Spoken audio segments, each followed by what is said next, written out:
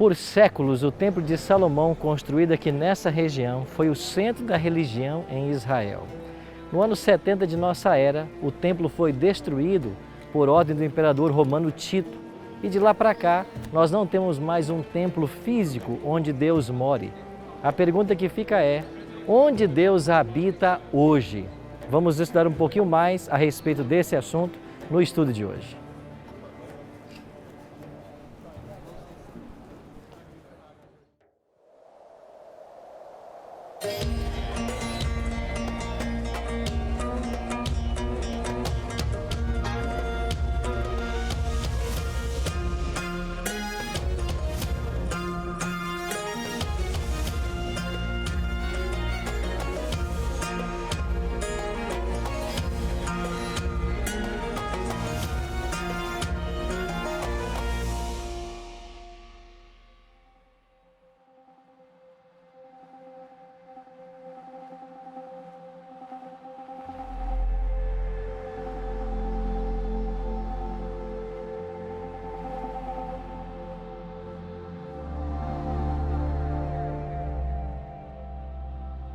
Olá, seja bem-vindo ao nosso último estudo sobre o santuário.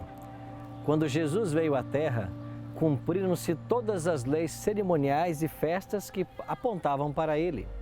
Após sua morte, ressurreição e ascensão, Jesus inaugurou o Templo Celestial e cessou-se a função pedagógica do Templo de Jerusalém. Esse mesmo templo foi destruído no ano 70 por Tito, general romano.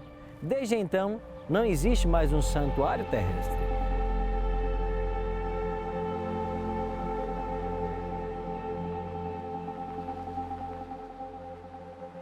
Deus ordenou a Moisés que construísse um santuário para habitar no meio do seu povo. Séculos mais tarde, essa tenda móvel foi substituída pelo glorioso Templo de Salomão. Esse templo foi destruído por Nabucodonosor, rei da Babilônia, e reconstruído no tempo de Esdras e Neemias. O templo que Jesus conheceu estava no mesmo local e havia sido reformado por Herodes o Grande. Por séculos, o tabernáculo no deserto e o templo em Jerusalém haviam sido o centro da religião de Israel, com todas as suas cerimônias, sacrifícios, simbolismos, apontavam para a chegada do Messias.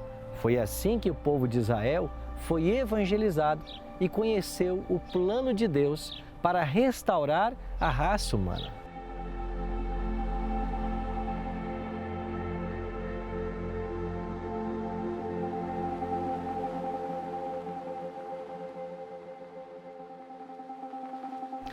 Quando Jesus veio à Terra, a sua atenção foi chamada para as belezas do templo. E Jesus, aqui em Mateus 24, 1 e 2, faz uma extraordinária profecia. Tendo Jesus saído do templo, ia se retirando, quando se aproximaram dele os discípulos, para lhe mostrar as construções do templo. Ele, porém, lhes disse: não vede tudo isto? Em verdade vos digo que não ficará aqui pedra sobre pedra que não seja derribada. As palavras de Cristo tiveram seu exato cumprimento no ano 70, quando Tito, o grande general romano, invadiu Jerusalém e a destruiu, juntamente com o templo. Desde então não existe mais um templo na terra. Todavia, Deus não deixou de habitar com seu povo. Vejamos o que Paulo ensinou sobre a morada de Deus.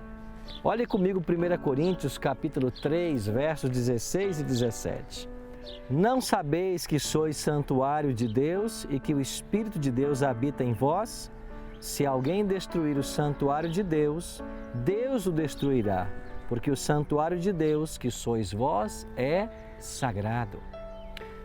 Paulo ensina uma verdade difícil de ser aceita, mas incrivelmente libertadora. O nosso corpo não nos pertence, mas a Deus, como sua morada. Por isso, ele também adverte: se alguém destruir este templo, o nosso corpo, Deus o destruirá. À luz desse ensino, podemos concluir que qualquer coisa que façamos que prejudique nossa saúde constitui pecado. Jesus sempre deseja o melhor para seus filhos. Não apenas saúde espiritual, mas também física e mental. Contudo, para encontrarmos o equilíbrio das capacidades humanas, precisamos conhecer mais sobre as orientações bíblicas a respeito do cuidado com o nosso corpo. E só assim poderemos apresentar a Ele um culto racional, conforme Paulo explica em Romanos 12.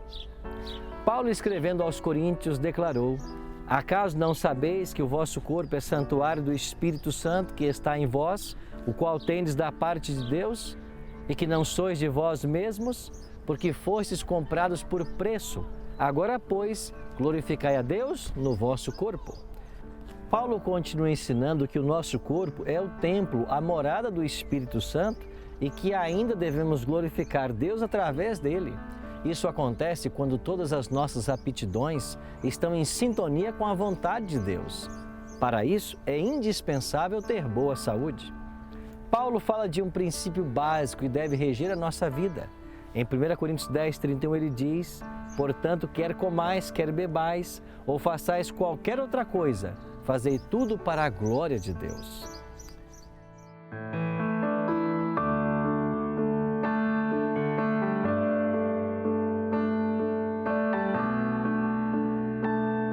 Deus sempre cuidou da saúde de seu povo.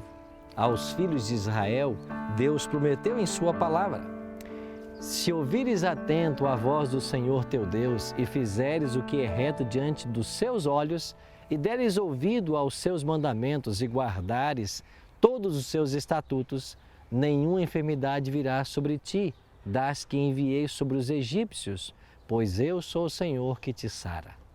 Deus deseja que tenhamos saúde, pois um corpo doente é afetado também em sua disposição de servir e se relacionar com Deus. Por isso, uma boa saúde é indispensável para uma vida espiritual sadia. Deus deseja nossa prosperidade e saúde e não leva em conta o tempo da ignorância. Por isso, peçamos a ajuda dele para fazermos as mudanças necessárias e assim glorificarmos o seu nome por meio de uma boa saúde.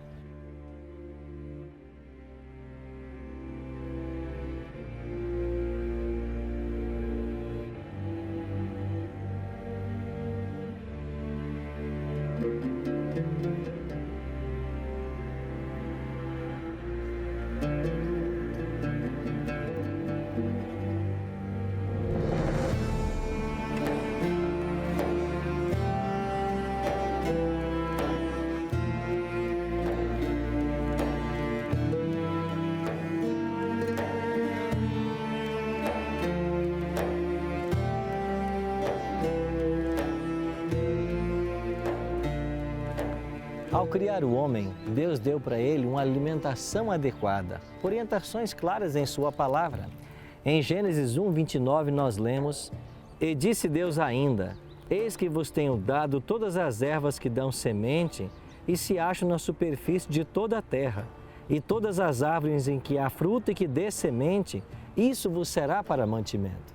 E em Gênesis 2, verso 9, Deus orientou: do solo fez o Senhor Deus brotar toda a sorte de árvores, agradáveis à vista e boas para alimento, e também a árvore da vida no meio do jardim, e a árvore do conhecimento do bem e do mal. Interessante notar que, ao dar as orientações para a alimentação do homem, o alimento cárneo não fazia parte. Foi senão após o dilúvio que Deus permitiu que o homem usasse a carne, mas Ele deu em sua palavra claras orientações daquilo que o homem poderia comer e não poderia comer. Outro cuidado que nós devemos ter no cuidado com o corpo é evitar bebidas alcoólicas. A palavra de Deus em Provérbios 20, verso 1, declara que o vinho é escarnecedor e a bebida forte alvoroçadora. Aquele que por ele é vencido não é sábio. Deus, em sua infinita bondade e misericórdia, ainda nos presenteou na natureza com vários remédios naturais para o nosso bem-estar físico, mental e espiritual. Por exemplo, o ar puro, a luz solar, a prática de exercício físico, a ingestão de bastante água, o repouso adequado, a alimentação adequada, confiança no poder de Deus, são ingredientes essenciais para nós gozarmos de uma boa saúde.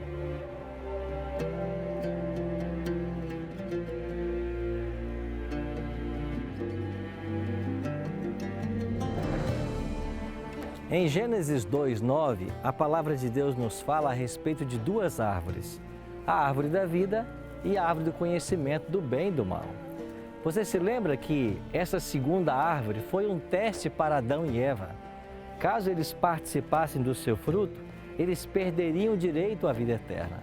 E foi exatamente isso que aconteceu. Eva comeu do fruto, depois levou para Adão, este também comeu, e eles então desobedeceram. O comer ou não desta árvore era um teste para Adão e Eva, e eles falharam no teste. Por isso, foram expulsos do paraíso e perderam o direito de participar da árvore da vida. Mas Deus, em sua infinita bondade e misericórdia, não foi surpreendido, porque o plano da salvação não foi um plano idealizado por Deus na última hora. Deus já havia idealizado esse plano desde os tempos eternos.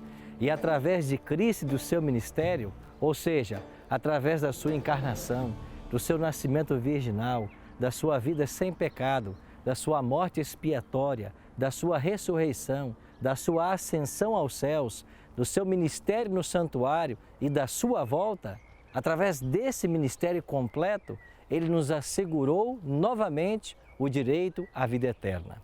É por isso que em Apocalipse, nós temos mais uma vez a árvore da vida. Ela vai estar no meio da praça da Nova Jerusalém e nós vamos poder comer mais uma vez desse fruto. Você já pensou que privilégio poder participar do fruto da árvore da vida?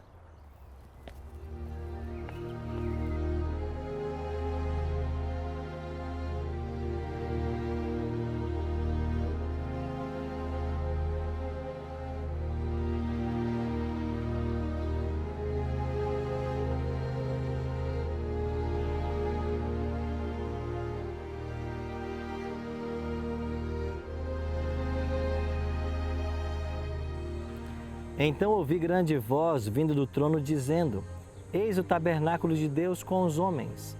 Deus habitará com eles, eles serão povos de Deus e Deus mesmo estará com eles. Sim, Deus não desistiu da ideia de habitar com seus filhos.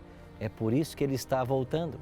Ele vem para nos buscar, nós iremos para os céus e lá moraremos por 1000 anos. Após esse período voltaremos aqui para essa terra, que será completamente renovada e ela voltará a ser tão bela quando era, o Jardim do Éden. Por isso, eu e você devemos nos preparar para esse evento, porque ele está voltando para nos buscar. E eu queria orar para que você tomasse a sua decisão em se preparar para receber Cristo quando Ele voltar. Vamos orar? Pai de amor, louvado e exaltado seja o Teu nome. Muito obrigado pela promessa da Tua palavra que um dia todas as coisas serão refeitas e o Jardim do Éden nos será devolvido. Nos ajuda, Pai, a nos prepararmos para esse glorioso dia. É a nossa oração, em nome e por amor de Jesus. Amém.